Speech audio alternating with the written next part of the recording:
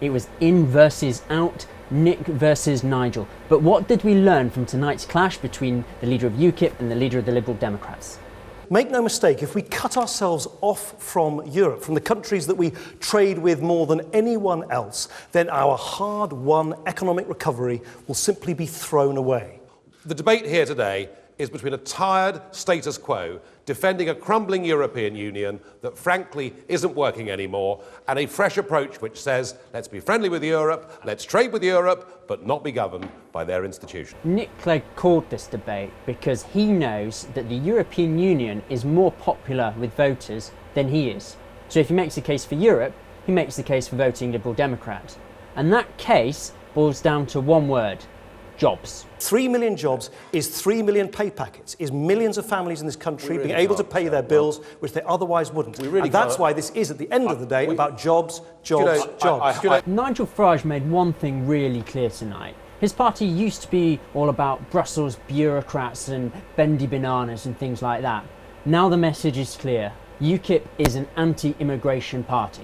We have a total open door unconditionally to 485 million people, and they are the rules of the European Union. Nick Clegg didn't mention Labour or his rivals and the Conservatives once, but look who Nigel Farage now says his natural base is. Only 1 in 3 UKIP voters is a former Conservative. We pick up the bulk of our votes from old Labour and from non-voters getting back into politics. There was some confusion this week. Is Ukip in favour of gay marriage? Nigel Farage made clear tonight he's not. Why? Europe. Do you support it, yes or no?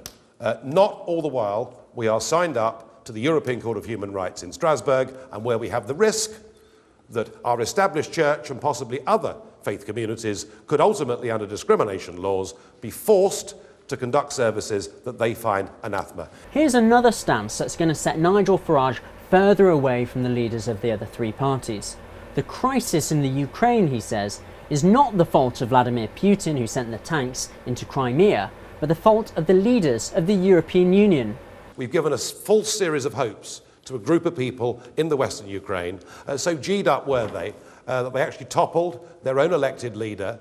That provoked Mr. Putin, and I think the European Union, frankly, does have blood on its hands. The last time we saw Nick Clegg in a forum like this, it was the leadership debates against David Cameron and then Prime Minister Gordon Brown, and his great strength was he was the plucky outsider, the guy who wasn't part of the staid Westminster elite.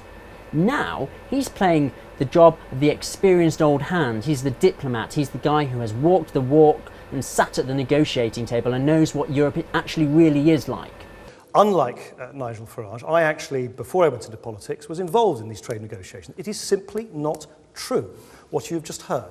Of course it is right that the European Union should measure up as a bloc with the clout of 500 million consumers when you negotiate with the Chinese and the Americans and the Russians, as I did. What we learnt tonight is the transition from being a great town hall performer to doing really well in a TV studio is quite hard, and Nigel Farage hasn't yet mastered it. He's absolutely brilliant out on the stump. He's loud, he bellows, he gets sweaty, he cracks jokes. Nick Clegg, on the other hand, knows that you don't have to bellow into the microphone, and it comes off a little bit calmer on TV.